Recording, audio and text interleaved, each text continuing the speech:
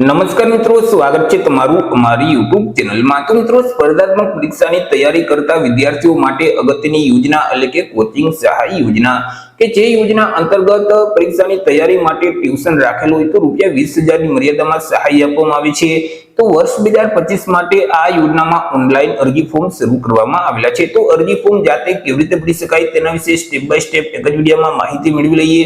તે પહેલા વિડીયો ગમે તો લાઈક અને શેર કરી દેજો, ચેનલમાં નવા હોય તો ચેનલને સબસ્ક્રાઇબ કરી દેજો। તો ચાલો મિત્રો, વિડીયોની શરૂઆત કરીએ।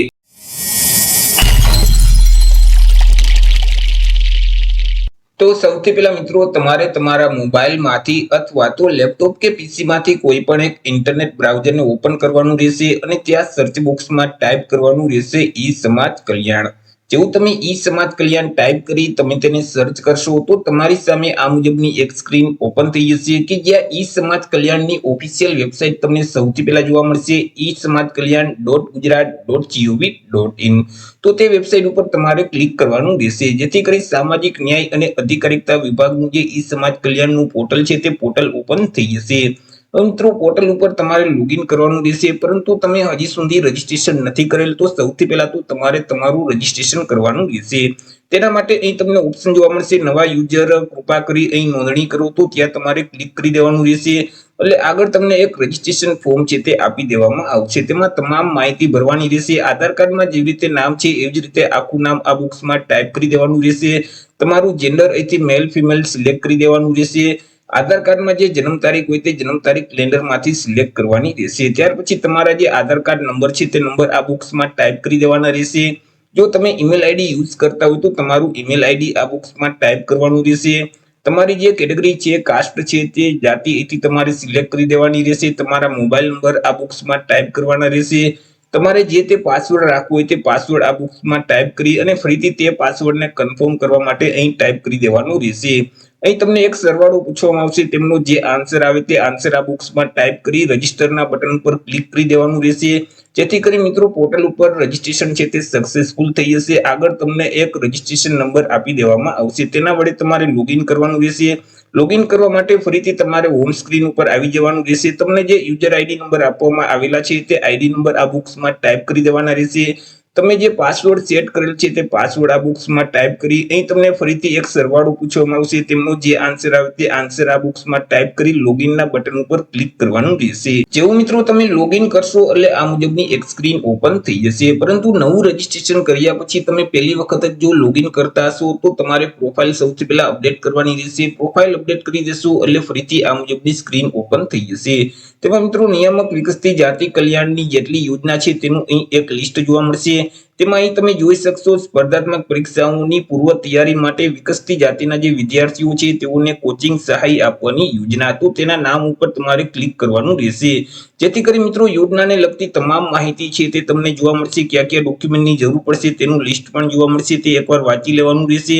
ત્યાર પછી અહીં જે ઓકે નું બટન છે તેના ઉપર ક્લિક કરવાનું રહેશે જેથી કરી મિત્રો આગળ તમને એક અરજી ફોર્મ આપી દેવામાં આવશે। અરજી ફોર્મ છે તે અલગ અલગ 4 સ્ટેપમાં છે, ચારે 4 સ્ટેપ તમારે ફરજિયાત કમ્પ્લીટ કરવાના રહેશે। હવે મિત્રો પ્રોફાઇલમાં તમે જે વિગત આપેલ છે તે વિગત ઓટોમેટિક લઈ લેશે, તેમાં તમે કોઈ પણ પ્રકારનો ફેરફાર નહીં કરી શકો। સૌથી પહેલા સ્ટેપમાં અરજદારે પોતાની વિગત આપવાની રહેશે। પ્રોફાઇલમાં જેવી રીતે તમારું નામ છે તેવી રીતે નામ અહીં ઓટોમેટિક લઈ લેશે, તેમાં તમે કોઈ પણ પ્રકારનો ફેરફાર નહીં કરી શકો। પ્રોફાઇલમાં પિતા અથવા તો પતિનું નામ જે આપેલ છે તે પણ અહીં ઓટોમેટિક આવી જશે। તમારી જન્મ તારીખ છે તે પણ અહીં ઓટોમેટિક આવી જશે। હાલની ઉંમર કેટલી છે તે પણ અહીં ઓટોમેટિક આવી જશે। તમારું જે જેન્ડર છે સ્ત્રી પુરુષ અહીંથી તમારે સિલેક્ટ કરી દેવાનું રહેશે। તમારી જાતિ પણ અહીં ઓટોમેટિક આવી જશે। તમારી જે પેટા જાતિ છે તે અહીંથી તમારે સિલેક્ટ કરી દેવાની રહેશે। તમારા જે તે મોબાઈલ નંબર છે તે નંબર આ બોક્સમાં ટાઈપ કરી દેવાના રહેશે। જો તમે લેન્ડલાઇન નંબર યુઝ કરતા હોય તો એસટીડી કોડ સાથે ફોન નંબર આ બોક્સમાં ટાઈપ કરવાના રહેશે। જો તમે ઈમેલ આઈડી યુઝ કરતા હોય તો તમારું ઈમેલ એડ્રેસ અહીં ટાઈપ કરી દેવાનું રહેશે। ત્યાર પછી પ્રોફાઇલમાં તમે જે સરનામું આપેલ છે તેવી રીતે હાલનું સરનામું અને કાયમી સરનામું ઓટોમેટિક આવી જશે, પરંતુ તમે તેને બદલવા માંગતા હોય તો બદલી શકશો। જે હાલનું સરનામું છે તેમાં રાજ્યનું નામ બાય ડિફોલ્ટ ગુજરાત સિલેક્ટ કરેલ જ આવશે, તેમાં તમે કોઈ પણ પ્રકારનો ફેરફાર નહીં કરી શકો। તમારા જિલ્લાનું નામ છે તે અહીંથી તમારે સિલેક્ટ કરી દેવાનું રહેશે। તાલુકાનું નામ સિલેક્ટ કરી ગામ અથવા શહેરનું નામ સિલેક્ટ કરી દેવાનું રહેશે। તમારું સરનામું આ બોક્સમાં ટાઈપ કરી એરિયાના પિનકોડ નંબર અહીં ટાઈપ કરી દેવાના રહેશે। ત્યાર પછી મિત્રો નીચે કાયમી સરનામું આપવાનું રહેશે, પરંતુ તો હાલનું સરનામું અને કાયમી સરનામું બંને એક જ હોય તો અહીં જે ચેકબુક છે તેમાં તમારે ટીક કરી દેવાનું રહેશે, પરંતુ બંને અલગ અલગ હોય તો મિત્રો કાયમી સરનામામાં રાજ્યનું નામ અહીંથી તમારે સિલેક્ટ કરી તમારે જિલ્લાનું નામ સિલેક્ટ કરી દેવાનું, તાલુકાનું નામ સિલેક્ટ કરી, ગામ અથવા તો શહેરનું નામ સિલેક્ટ કરી અને તમારું જે સરનામું છે તે સરનામું આ બોક્સમાં ટાઈપ કરી દેવાનું રહેશે. એરિયાના પિનકોડ નંબર અહીં ટાઈપ કરવાના રહેશે. તમામ વિગત ભરાઈ જાય એટલે અહીં જે સેવ એન્ડ નેક્સ્ટ નો જે ઓપ્શન છે તેના ઉપર ક્લિક કરવાનું રહેશે, જેથી કરી મિત્રો તમારી અરજી બીજા સ્ટેપમાં આવી જશે કે જ્યાં તમારે અરજીની વિગત એટલે કે તમે જે પરીક્ષાની તૈયારી કરો છો તેની વિગત આપવાની રહેશે. તેમાં મિત્રો તમારા કુટુંબની જે વાર્ષિક આવક છે તે આવક આ બોક્સમાં ટાઈપ કરી દેવાની રહેશે. આવકના દાખલામાં જેટલી આવક દર્શાવેલ હોય એટલી આવક આ બોક્સમાં ટાઈપ કરવાની રહેશે. તમે કઈ પરીક્ષા માટે કોચિંગ લેવા માંગો છો, ક્લાસ 1-2 ની તૈયારી કરો છો કે ક્લાસ 3 ની તૈયારી કરો છો? જો બંનેની તૈયારી કરતા હોય તો બંને ચેકબુક્સમાં ટીક કરી દેવાનું રહેશે, પરંતુ જો 1-2 ની તૈયારી કરતા હોય તો અહીં સૌથી પહેલું ચેકબુક છે તેમાં ટીક કરવાનું. જો ક્લાસ 3 ની ખાલી તૈયારી કરતા હોય તો અહીં ક્લાસ 3 નો ઓપ્શન છે તેમાં ટીક કરી દેવાનું રહેશે. ત્યાર પછી તમે કઈ પરીક્ષાની તૈયારી કરો છો, તલાટી છે, કોન્સ્ટેબલ છે અથવા તો ક્લાસ 1-2 ની તૈયારી કરતા હોય તો તેનું નામ અહીં ટાઈપ કરી દેવાનું રહેશે. ત્યાર પછી ધોરણ 10 ની પરીક્ષા તમે જે પાસ કરેલ છે તે કયા વર્ષમાં પાસ કરેલ છે તે પાસિંગ વર્ષ આ બોક્સમાં ટાઈપ કરવાનું રહેશે. ધોરણ 10 ની પરીક્ષામાં કુલ માર્ક કેટલા હતા તે કુલ ગુણ અહીં ટાઈપ કરી અને તેમાંથી તમે કેટલા માર્ક મેળવેલ છે તે મેળવેલ ગુણ અહીં ટાઈપ કરવાના રહેશે, જેથી કરી ધોરણ 10 માં તમે જે ટકાવારી મેળવેલ છે તે અહીં ઓટોમેટિક આવી જશે. ત્યાર પછી ધોરણ 12 ની પરીક્ષા તમે કયા વર્ષમાં પાસ કરેલ છે તે પાસિંગ વર્ષ આ બોક્સમાં ટાઈપ કરી દેવાનું રહેશે. 12મા ધોરણની પરીક્ષામાં કુલ ગુણ કેટલા હતા તે કુલ ગુણ અહીં ટાઈપ કરી અને તેમાંથી તમે જે મેળવેલ ગુણ છે તે આ બોક્સમાં ટાઈપ કરશો એટલે 12મા ધોરણમાં તમે જે ટકાવારી મેળવેલ છે તે ટકાવારી ઓટોમેટિક આવી જશે. ત્યાર પછી મિત્રો આગળ તમે જો સ્નાતક પાસ કરેલ છે તો યુનિવર્સિટીનું નામ છે તે આ બોક્સમાં ટાઈપ કરી દેવાનું રહેશે, કોલેજનું નામ આ બોક્સમાં ટાઈપ કરી અને ગ્રેજ્યુએટમાં મેળવેલ જે ટકાવારી છે તે ટકાવારી અહીં ટાઈપ કરી દેવાની રહેશે અને સ્નાતકની પરીક્ષા કયા વર્ષે પાસ કરેલ છે તે પાસિંગ વર્ષ આ બોક્સમાં ટાઈપ કરવાનું રહેશે. ત્યાર પછી તમે જે સંસ્થામાં કોચિંગ કરો છો તે સંસ્થાની વિગત આપવાની રહેશે, જેમ કે સંસ્થાનું નામ છે તે આ બોક્સમાં ટાઈપ કરી દેવાનું રહેશે, તેમનું જે સરનામું છે તે અહીં ટાઈપ કરવાનું રહેશે, સંસ્થાના ફોન નંબર છે તે ફોન નંબર અહીં ટાઈપ કરવાના રહેશે, તમે જે કોચિંગની ફી ભરેલ છે તે કુલ ટ્યુશન ફી અહીં ટાઈપ કરી દેવાની રહેશે, સંસ્થાની શરૂઆતની તારીખ અહીં ટાઈપ કરવાની રહેશે, કેલેન્ડરમાંથી સિલેક્ટ કરી દેવાની રહેશે કે સંસ્થા કઈ તારીખથી શરૂ કરવામાં આવેલી હતી. ત્યાર પછી વિદ્યાર્થીઓએ જે કોચિંગ શરૂ કર્યાની તારીખ છે તે અહીંથી સિલેક્ટ કરી દેવાની રહેશે, એટલે કે તમે કઈ તારીખથી ટ્યુશન ક્લાસ જોઈન કરેલ છે તે સિલેક્ટ તારીખ અહીંથી કરી દેવાની રહેશે. ત્યાર પછી વિદ્યાર્થીએ કોચિંગ પૂર્ણ થવાની સંભવિત તારીખ અહીંથી તમારે સિલેક્ટ કરવાની રહેશે, એટલે કે તમે જે ટ્યુશન રાખેલ છે તે અંદાજિત કઈ તારીખ સુધીમાં તમારું ટ્યુશન છે તે પૂર્ણ થઈ જશે તેની અંદાજિત તારીખ અહીંથી સિલેક્ટ કરવાની રહેશે, જેથી કરી મિત્રો તમારું જે ટ્યુશનનો સમયગાળો છે તે અહીં ઓટોમેટિક આવી જશે. ત્યાર પછી મિત્રો તમે જે ટ્યુશન ફી ભરેલ છે તેમની જે રસીદ છે તે રસીદના નંબર અહીં ટાઈપ કરી દેવાના રહેશે, રસીદની તારીખ કેલેન્ડરમાંથી સિલેક્ટ કરી દેવાની રહેશે અને સંસ્થા કયા જિલ્લામાં આવેલી છે તે જિલ્લાનું નામ અહીંથી તમારે સિલેક્ટ કરવાનું રહેશે. ત્યાર પછી તમારે તમારા બેંક ખાતાની વિગત આપવાની રહેશે, જેમ કે મિત્રો તમારું ખાતું જે બેંકમાં છે તે બેંકનું નામ આ બોક્સમાં ટાઈપ કરી દેવાનું રહેશે, શાખાનું નામ આ બોક્સમાં ટાઈપ કરવાનું રહેશે, શાખાનો IFSC કોડ નંબર અહીં ટાઈપ કરી અને તમારા બેંક ખાતા નંબર આ બોક્સમાં ટાઈપ કરી દેવાના રહેશે. તમામ વિગત ભરાઈ જાય એટલે ફરીથી સેવ એન્ડ નેક્સ્ટ નો જે ઓપ્શન છે તેના ઉપર ક્લિક કરી દેવાનું રહેશે. આગળ મિત્રો તમારી અરજી ત્રીજા સ્ટેપમાં આવી જશે કે જ્યાં તમારે ડોક્યુમેન્ટની વિગત આપવાની રહેશે, એટલે કે ડોક્યુમેન્ટ અપલોડ કરવાના રહેશે. હવે તમે જે ફાઇલ અપલોડ કરો છો તે ફાઇલની સાઇઝ 1 MB કરતા ઓછી હોવી જોઈએ.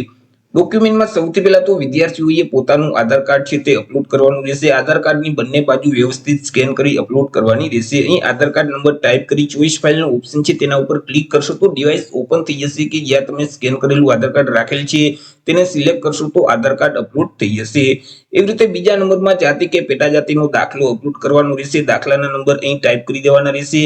ત્યાર પછી ધોરણ 10, ધોરણ 12 અને સ્નાતકની પરીક્ષા તમે જે પાસ કરેલ છે તેમની છેલ્લા વર્ષની જે માર્કશીટ છે તે માર્કશીટની વ્યવસ્થિત PDF ફાઇલ બનાવી અને અપલોડ કરી દેવાની રહેશે.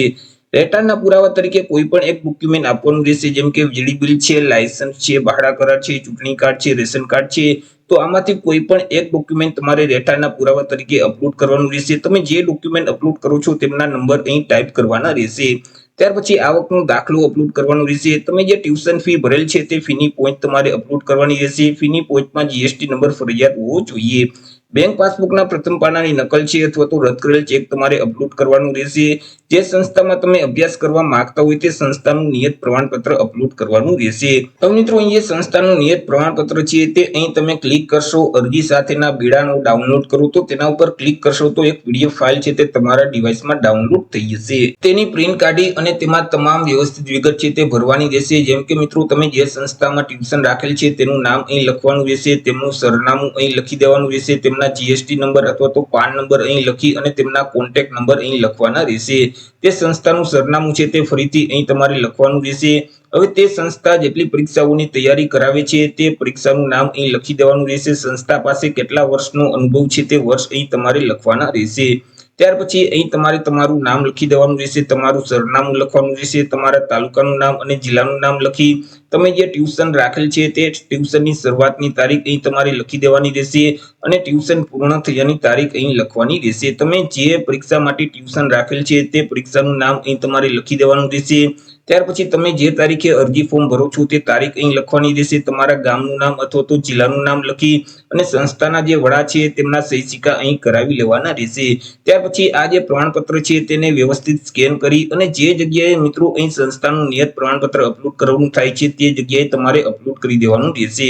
તમામ ડોક્યુમેન્ટ અપલોડ થઈ ગયા પછી ફરીથી સેવ એન્ડ નેક્સ્ટ નો જે ઓપ્શન છે તેના ઉપર તમારે ક્લિક કરવાનું રહેશે. જેથી કરી મિત્રો આગળ તમારી અરજી ચોથા સ્ટેપમાં આવી જશે કે જ્યાં યોજનાના નિયમો અને શરતો જોવા મળશે. અહીં તમને એક ડિક્લેરેશન જોવા મળશે, તેને વાંચી એક્સેપ્ટ કરવા માટે અહીં જે ચેકબોક્સ છે તેમાં તમારે ટિક કરી દેવાનું રહેશે. ત્યાર પછી સેવ એપ્લિકેશનનું જે ઓપ્શન છે તેના ઉપર ક્લિક કરવાનું રહેશે. જેવું મિત્રો તમે સેવ એપ્લિકેશનના બટન ઉપર ક્લિક કરશો એટલે તમારી અરજી ફાઇનલી સબમિટ થઈ જશે. તમને એક અરજી નંબર આપી દેવામાં આવશે. તે અરજી નંબર મિત્રો તમારે સાચવી રાખવાનો રહેશે. જો તમે અરજી ફોર્મ ભરેલ છે તેનું તમારે સ્ટેટસ જોવું હોય તો ફરીથી હોમ સ્ક્રીન ઉપર આવી અને અહીં તમારી એપ્લિકેશનની સ્થિતિ જુઓ તેના ઉપર ક્લિક કરશો એટલે આ મુજબની એક સ્ક્રીન ઓપન થઈ જશે. તમને જે અરજી નંબર એટલે કે એપ્લિકેશન નંબર આપવામાં આવેલા છે તે નંબર અહીં ટાઈપ કરી તમારી જન્મ તારીખ કેલેન્ડરમાંથી સિલેક્ટ કરી દેશો. ત્યાર પછી સ્થિતિ જોવાનું જે બટન છે તેના ઉપર ક્લિક કરશો તો તમને તમારી અરજીનું સ્ટેટસ છે તે જોવા મળશે. તો એ રીતે મિત્રો વિદ્યાર્થીઓ માટે અગત્યની યોજના છે કોચિંગ સહાય યોજના. તે યોજનામાં તમે જાતે જ ઓનલાઈન અરજી ફોર્મ ભરી શકો છો. તો આશા રાખું છું વિડીયો પસંદ પડ્યો હશે. વિડીયો પસંદ પડ્યો તો લાઈક અને શેર કરી દેજો. ચેનલમાં નવા હોય તો ચેનલને સબસ્ક્રાઇબ કરી દેજો. તો મળીશું એક નવા ટોપિક સાથે એક નવા જ વિડીયોમાં. ત્યાર સુધી જય હિન્દ, વંદે માતરમ.